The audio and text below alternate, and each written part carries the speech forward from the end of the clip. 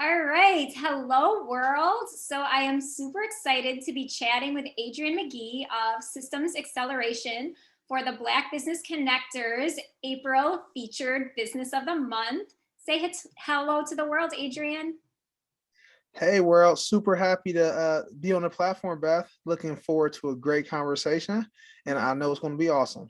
Yes, I'm super excited to hear all the tips you're going to share with entrepreneurs because one, back in February, you spoke at the Black Business Connector event in Connecticut, which was amazing. And you're also an author, a coach, and a speaker. And your specialty, based on the title of your business, I'm guessing, is systems and automation. So you teach people how to save time, 2x their revenue. So let's just get right into it. You ready? Let's do it. Let's do it. Okay. Perfect. Yes. So why don't you share with everyone a little bit more about yourself and your business, please? Yeah. So my name is Adrian McGee. Based here out of Columbus, Ohio. So it's at like 7 or 8 hours away from you, Beth. So something like that. I've driven to New York before. It was like an 8 hour drive. It kind of sucked, but It's a long drive. it's a long drive. Not New York. New York was fun, but the drive sucked. Right. Um, I got it. It's okay. but yeah, so I started this entrepreneurship thing, probably about a year ago. Well, I've had a business for a while, like I've kind of touched different places, but I want to say I got serious maybe about a year ago. And so essentially, like, my story is I was doing really cool things in corporate. Like, I worked in the transformation department, pretty much do continuous improvement and all this good stuff. And so I was in corporate for about 8 years. It was going great. Like, I had a really great career. I could have definitely kind of walked away, like could have stayed in corporate forever and lived a decent life, right? But what I realized was I could create massive impact by leveraging those same skill sets in corporate if I apply those to small businesses. And so what I literally did was I took skill sets such as process mapping, such as process improvement, SOP writing, and all these skill sets that's essentially needed for to go into a department and like clean a department out and make it more structured, more streamlined. And so I started applying it to small businesses kind of on the side. And I realized the impact that it can create. And then I just kind of decided to go like all in. Maybe about 5 months ago or so. But I really took like the leap of faith in December. And so since then, we've been like structuring businesses, helping small business owners achieve that dream of building something that can turn into a corporation. And so that's a little bit about the journey. Wow. I love what you said, because you said you could have stayed in corporate and had a decent life. You didn't even say an amazing life, a fulfilling life. You said decent. And then you said, or you could, make a massive impact. And so it's not just your life you're improving, it's others. I love it. Right. That's what it's about. I think like here's the thing. Like, I think we get kind of taught, like, hey, work in corporate, get a nice home, get a nice car, and live a decent life, good life, right? And just when I realized, like, not only does entrepreneurship introduce me to like unlimited like impact, right? Because I'm helping a ton of people, but it also introduces you to like unlimited wealth as well. And that's because like I've learned this system thing so well that it's like I know how to build a business to help 100 entrepreneurs in a year, and so, or 200 or 300. And so obviously it's a slow grind to kind of get it there, but it's just like it just didn't make sense to stay in corporate. Well, especially if you want to be unlimited in everything. Yes. And help Yes. others to be unlimited. So Right. so it seems like you've talked a little bit about your inspiration. Your inspiration came from wanting to make a massive impact, but are there other places? Where all do you get your inspiration from? Yeah, I just like, to be honest, Beth, like when I was growing up, like I didn't necessarily have like the best environment, like I was able to kind of make the most out of it, and it definitely helped me to become like who I am today. But I just know there's a lot of people, like I got a like decent resources, growing up. So even though my environment wasn't the best, I had support. I had access to things that allowed me to kind of escape, a bad environment that most people get caught in. And so realizing how that helped me achieve like what I wanted to do, I really want to build something where a lot of people who come from where I come from, and who don't like have a bunch of hope, specifically kids.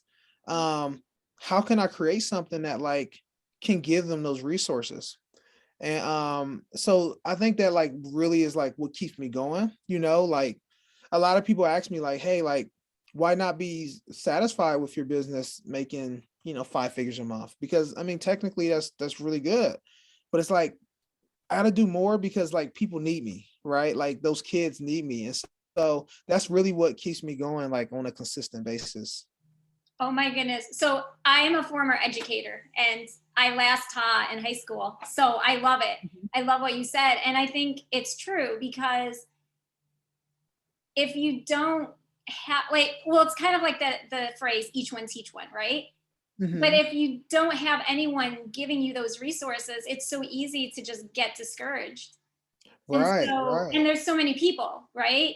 Hmm. And there's only one of you, right? So there actually needs to be more people doing what you're doing because there's Hmm. so many people in all the cities, especially. But you know what? I grew up also in a small town, even in small towns, just so many places where people just don't have any hope and they don't know how to do what Yeah. you're teaching. Hmm. Yeah, absolutely. That's the biggest thing. And I think if more people kind of look at the impact part aside versus like just financials, you'll realize like the financials are going to come. Like it comes naturally. And that's what it's about. It's about just like service, providing a service to people, rather they could pay you or not. Like it's going to eventually pay off in the long run. Yeah, absolutely. So, obviously, you're super busy. You are consulting business owners, but then you're also working to try to reach the youth. But how do you go about building an empire that's Yeah. serving others? I mean, serving takes a lot of energy and then still find time to, fill yourself up and to have, that kind of harmony with your life as a businessman, but also just your lifestyle and peace. Yeah, it's a balance, Beth. Like, you know how like it's easier to tell someone to do something than it is to do it yourself. Yep, Um, so you know, absolutely. yeah. So like our company helps CEOs remove themselves from the business, right? And so what we do is we help implement systems so that a CEO is leveraging their time to the best of their ability, and even like spend more time with home and family and things like that. So um the way that I'm kind of running this thing is like I'm really like I'm putting in a ton of grind right now, Hmm. um to kind of build the foundation of the business. And so right now I had to like kind of take a step back on like the youth segment of it. Like I wrote a book. I'll stop in schools every once in a while and I'll speak and like give my books away for free to the football teams that I'll go like in the neighborhood and things like that. So that's kind of ways I keep going. But essentially, I just have an overall goal of like building this thing to like get to a specific revenue point, bring in people that can kind of overtake the like working in the business and like different parts of the business, so that way I could spend my time and go out and create that impact. And you know, and I think that's what it's a journey, right? So it's hard to really find balance, but Yeah. like when you do find a balance, it's just important to really take advantage of it. So honestly, I have a really strong team that I've built from like the ground up, Okay. and they do a ton of things in the business. But yeah, I'm just at the point now where it's like, all right, like we're scaling, we're growing, and it's going to allow not just myself but the entire company to like create massive impact. Yeah. So basically, what you're saying, it sounds like, is the team. So the team is going to Mhm. take some of the workload off of you so that you have freer time. Oh, absolutely. Absolutely. You just have to get to a specific, like for me, I already have teams, like a team in. And so what I want to do is I want to scale that team. And I'm in a position right now for the business where I'm trying to figure out how to kind of like scale it even more, because like again, like I can be completely satisfied with the amount of revenue that the business is making now and step away and be good. But I just know there's so much more potential where we can probably triple this thing up. And then at that point, then I will and as I scale, I remove myself from certain things. I probably I don't know, only spend like 20 to 30 hours a week in the business right now anyway. So it's not like it's like extremely overwhelming. But I do a bunch of other things too. So I just got to get some balance. But as far as the youth part, my intention is really like probably next year when the school year kind of starts back up, or obviously this year, but that's when I plan to like go all in, get these books in many kids' hands as possible, talk to as many students as possible, and really create that impact. So it's a plan, it's a strategy. I love it. So I am super curious. What is in this book that these youth need to know? And how can they get Yeah, it's the journey, Beth. Like honestly, like it's the book is called Get Clear and Make Room. So that's the title of the book. And so it essentially teaches you how to get really clear on exactly where you want to go. And then here's how you can make room in your life for it to happen. And so I think the biggest it? mistake that a lot of people make is like they see something they want it and they go chase after it, right? They go chase it. And what happens when we chase things? Like it runs away. They run away from us. And so what I'm trying to teach is, and this is how I feel like I've been able to do the things I've done in my life, is I've become aligned to the things that I want and it attracts to me more so than me chasing it.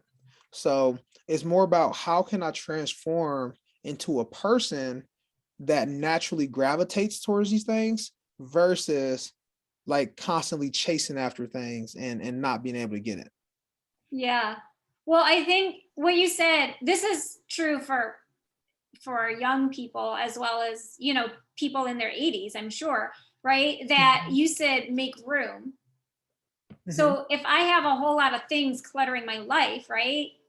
If mm-hmm, I am dealing, especially emotional baggage, right? Depression, rejection, all sorts of things, is going to make it really hard to then be able to step out and say, oh, I want customers. But meanwhile, in the back of my brain, I'm thinking, oh, they're just going to not want my you know what I'm saying? Like if I have emotions that are opposite of what I'm wanting, I haven't ever mm-hmm. made room for the success I'm going for, or I Yeah, say I want. you can't like honestly and I kind of touch on this in the book, like you can't really align to anything if you don't have the emotional attachment to it, because like everything is truly driven from our emotions. Like if we want something, it's because there's an emotional attachment to it. If we get it, it's because that emotional attachment was strong enough for us to become like naturally aligned to it. And so I think like a lot of people, they think of like the law of attraction, right? Where it's like, hey, if you think and you focus on this one thing, you're going to be able to get it. Like it's going to come to you. But I think we missed the part at the beginning, like what makes us think and focus on things. And it's the emotional attachment to it. Right. So the way that I kind of advise people when it comes to being able to get the things that they want in life is you have to create kind of a vision that you have an emotional attachment to. And by doing that, now you have something that you can constantly trigger, right? You can keep Mhm. triggering it so that when you see it, that emotional attachment lights up and now you can start to focus on it and think on it. So the a really good example for me was I created kind of like a cartoon, like a cartoon kind of comic of myself of where I want to be. And I took that comic and or that cartoon or whatever, and I put it on the front of my phone. And so every time I open my phone up, the first thing I see is like, hey, and this was before I wrote a book or anything. Oh, It's cool. and I was still working my 9 to 5 and everything. And like every time I woke up or every time I looked at my phone, what popped up was the image of me sitting at a desk with my book and like just things around to show that I was a full-time entrepreneur. Yeah. And so I say all of that to say, like, vision boards, all that, that's cool. Um, but the thing about vision boards is like, do we have an emotional attachment to that vision board? Because if we don't, we're never going to do it. Yeah. Mm-hmm. I feel like what you're saying is you have to ask yourself the hard questions. And I would even say, ask yourself even why you want that. Because if you want it for the wrong reasons, then once you get it, you're not going to be able to maintain it. You won't be happy. So say you're trying to Right. prove to your parent, your father or your mother, like, I'm not a loser. I made it. I'm successful. Then you get to like a certain, whatever that success looks like, that certain level. And then it just doesn't do it for you. Then you're like Yeah. looking to fill the next void, right? So it's Mhm. almost like you have to really, in my opinion, ask yourself a lot of hard questions when you're gearing up. You do, and you have to ask yourself, like, it has to be more than money. Like, I think Mm-hmm. that's an issue. Like, if you chase money, like, money isn't enough. Money is like, there's an unlimited amount of money out there. Like, you can make as much money as you want. It's like, what are you going to do with the money? And so, when you think about what you're going to do with the money, and if it really like provides like fulfillment to you, then it's going to be really easy to get the money because you're not chasing the money. You're doing the things that you're emotionally attached to that comes with money. Yeah, right. Because if we don't ask ourselves, what am I going to do with the money? Then we have no plan. That's probably how a lot of Right. people become millionaires and then the next month are broke. Well, maybe not Yeah. next month, but yeah, I mean, you Hmm. know, Yeah. having a plan. Yeah. It's misalignment. If we're not aligned to things, then we're not going to be able to hold on to it. And that's why that natural, like, you have to build natural behavior, natural emotion, natural thoughts that really align you to things, because once you get it, it's going to be gone. Yeah. I've been listening a lot to people like billionaires and Mhm. millionaires. Uh, Billionaires are super interesting. But anyway, a theme that I keep hearing recurring is discipline among all Mm. different people that I hear. Yeah. Hmm. Yeah. Discipline's tough. Discipline is really hard. It is. I'm trying to fix my discipline right now. Oh, Um, yeah. We all are the. Yeah. I think you just got to go back to the basics sometimes, like, and I think like last night I was up and I literally like wrote out like Monday through Friday and like 5:30 a.m. to 5:30 p.m. Like, Mm. because when you become a full-time entrepreneur, like discipline becomes really hard because you're not going into the office, like you don't have a schedule, no one's like really holding you accountable. So now it's like scheduling and stuff becomes so important, because if not, you will go down a spiral, you won't get anything done, and now like your life's on the line because you don't have a consistent paycheck coming in. You're like everything is on the line. Yeah. Right. So it's like you don't kind of have a choice, with discipline, but it's so impactful. And I'll say I definitely kind of like spur off, you know, all the time. Like, I'll lose it a little bit, like not necessarily lose motivation, but just like not do as many things as I can do. Yeah. And sometimes I just got to sit down and just go to a whiteboard and just like write everything down. How am I feeling? How can I, like, what am I doing wrong? What am I doing right? How can I start fixing things and becoming better? And I do these kind of self check-ins with myself like once a month.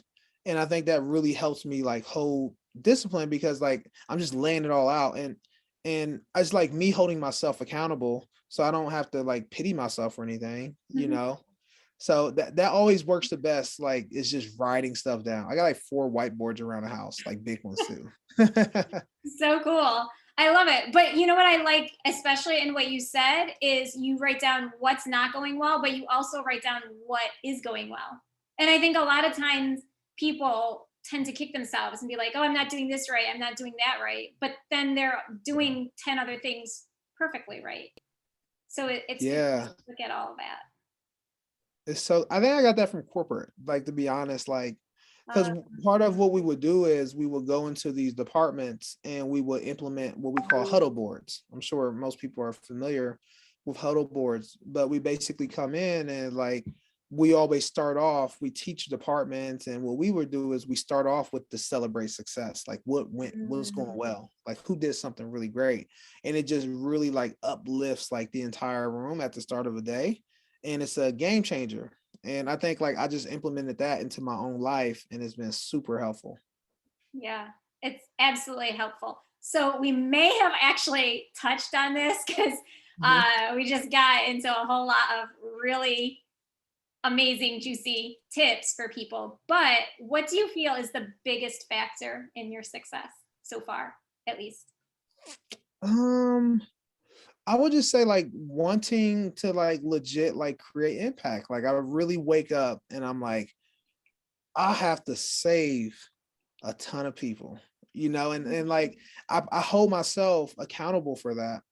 And I want to say like if I was just focused on like money and if I was just focused on like, going on vacation and like getting a nice home, I don't think that would be enough for me. But what really tells me like there's more to do and the reason that I have to keep driving forward is because I look back and it's like I've made it to a certain point, right? There's still ways to go, but now it's like, okay, let me reach back and grab people and bring them along with me. And Yeah. honestly, like I think if we all make a commitment to serve and really like showing what we're supposed to do on this earth, like what is the impact we're supposed to create, like what's our gift, what are we supposed to be doing, and we really hone in on that, I Yeah. don't think anyone can lose, like, No, yeah, no you one can't lives it lose. that way.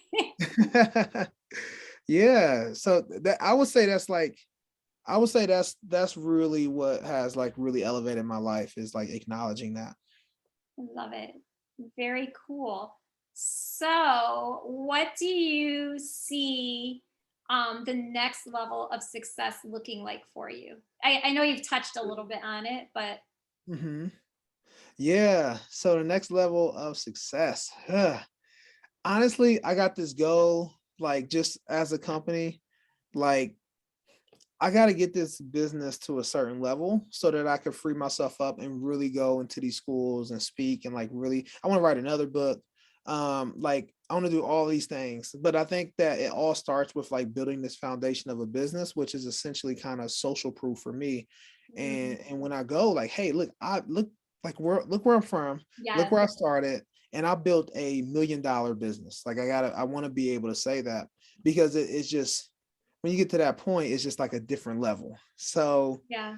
um, the target is just building a consistent $83,333 a month is the goal. I think I did that math right. That's correct. Hold on, let me get my calculator. Math. It's We might have to delete that part out if I was wrong. 83,000 what?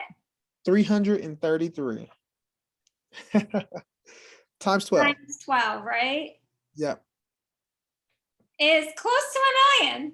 Oh, there we go. It's the change. It's the 33 But cents that's not that's included. before our taxes. Oh, hey, we're not even going to include that. But you know what? When you own a business, like you get Yes, to, you can kind of be, I won't say any names, but you can kind of there's work around those taxes. there are some write-offs we can do. Yes, I'm looking forward to Saturday. I have a business lunch. It is Yeah, actually going to be a business lunch for real. We're yeah, going to be talking about photo shoots, but I'm excited yeah. because I'll be like, here you go, accountant. I know. And then like I go to so when I went to like we were talking, I went to Dominican Republic, a few months ago. Oh wait, that might have been last month. And like we technically masterminded, like I masterminded with other business owners. And so the entire thing can be written off because like we legit went there for business. So, Yes. just giving out some keys there. Yes, yes, yes. Like save everything. I've Yeah. been bad, I'll be honest. I'm not so I'm my dad keeps notebooks of everything. He was like the treasurer for the fire department. He was like anal. And I think seeing that, and like he would spend a whole afternoon on a Sunday afternoon or a Saturday afternoon doing books, like hours and hours. I would go shopping and he'd like write down that I got a new shirt for, $20, whatever Yeah. it was. And I was like, this is too much. I don't want to live my life like this. So when I grew up, Yeah. I kind of became the opposite. And now, as Yeah. a businesswoman, I'm like, no, I have to be like my father. Maybe not quite like that, but I have to, No, I get it. I get yeah. it. I get it. Yeah, but it's important. We do save everything. Yeah, for Got to. Got to. yeah. So now that I'm done confessing one of my weaknesses, one of the things I'm not doing right, but I'm doing right because I'm getting better, right? Hey, In your that's all that opinion, matters. yes. In your opinion, what is the secret sauce most entrepreneurs miss? Systems. Like it is systems. We have such talented people who have like just a gift to like change the world, but they're trying to do everything. They're trying to do things that they're not good at. They're trying to do things that's not necessarily important for their business. And so what they're doing is they are creating an opportunity cost, right? Because like as a CEO, like for me, if I spend an hour doing nothing but generating revenue for the business, I can make like $1,000 or $2,000, right? And so for me, if I spend time doing things that I could pay someone 15 or $16 per hour to do, I'm creating a constant like gap in potential for my business. And so I think if more entrepreneurs understand that like you don't have to do everything in the business, in fact, you are holding the business back by trying to do everything, then I think that we will see a lot more people begin to experience the success that they deserve as an entrepreneur. And so I give an example, like you don't even have to hire people for $16. Like you could hire people. There is a work like in the Philippines, right? So I am the co-owner of a virtual staffing agency and we have close to 40 employees right now and we outsource. And so, we're charging anywhere about $5 an hour or so, like less at times. And like what this is doing is one, it's allowing you as a business owner to free up time doing like lower level activity that you can delegate to someone for a lower price.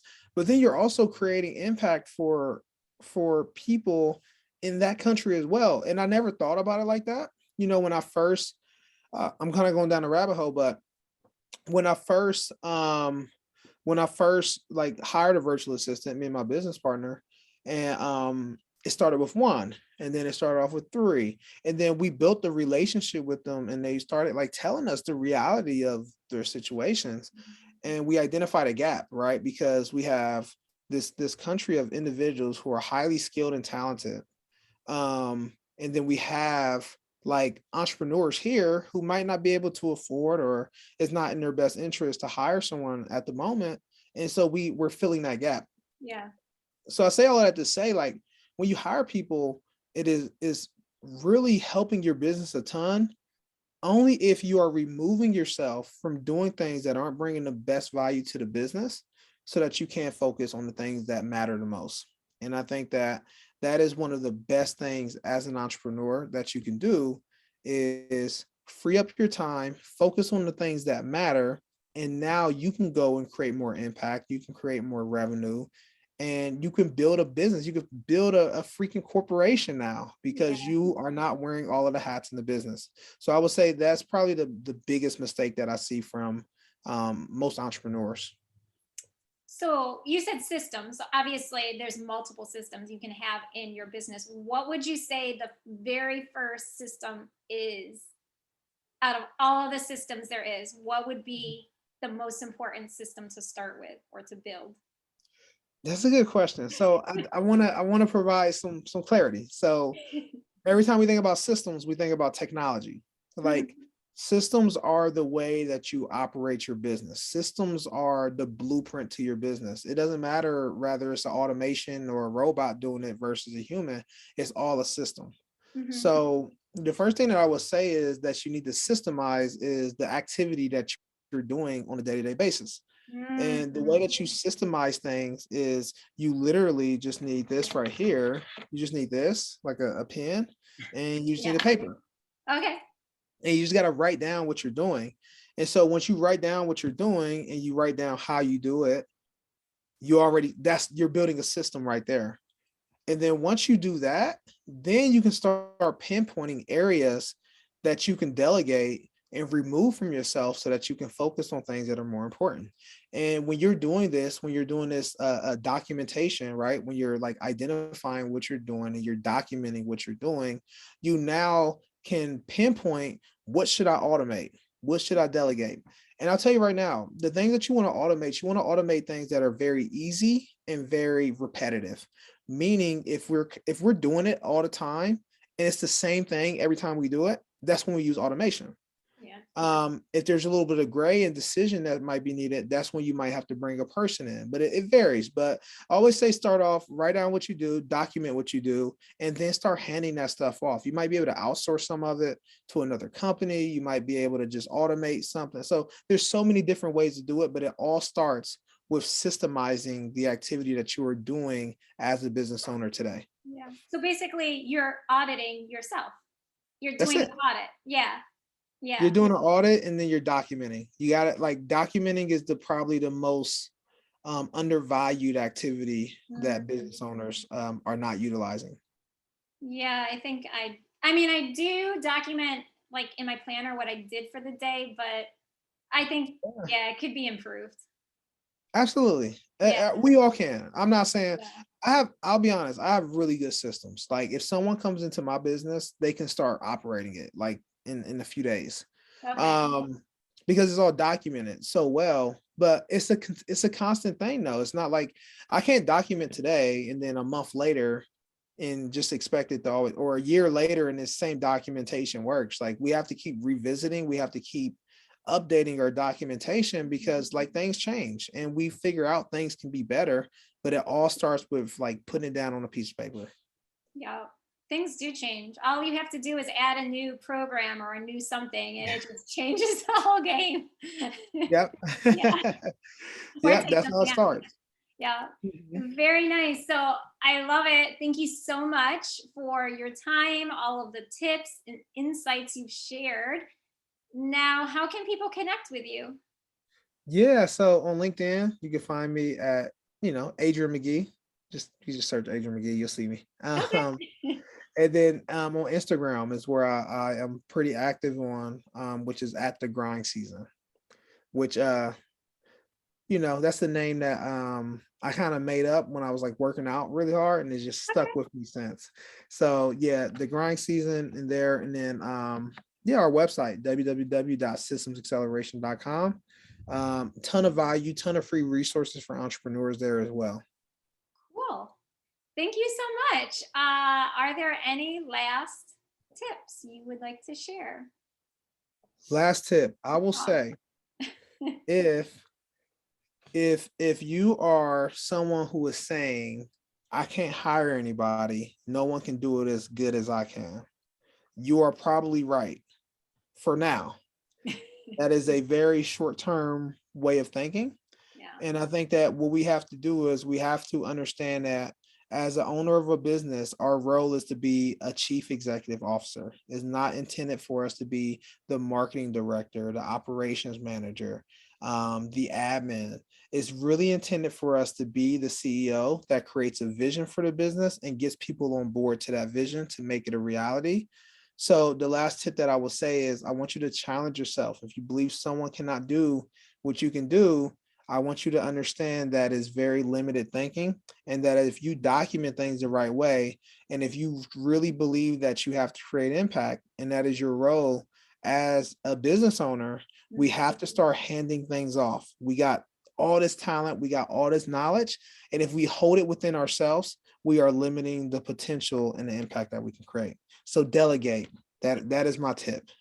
Delegate. All right. I know I've been guilty of that. I'm like, I can do this better, but then it just gets exhausting after a while. It does, like, quick too. A bit exhausting. Yes. So Mhm. thank you so much. I appreciate your time and have a wonderful rest of your day. You do the same, Bev. It was a Thanks. pleasure to have this conversation today. Thank you. Yes. Thank you. You're welcome.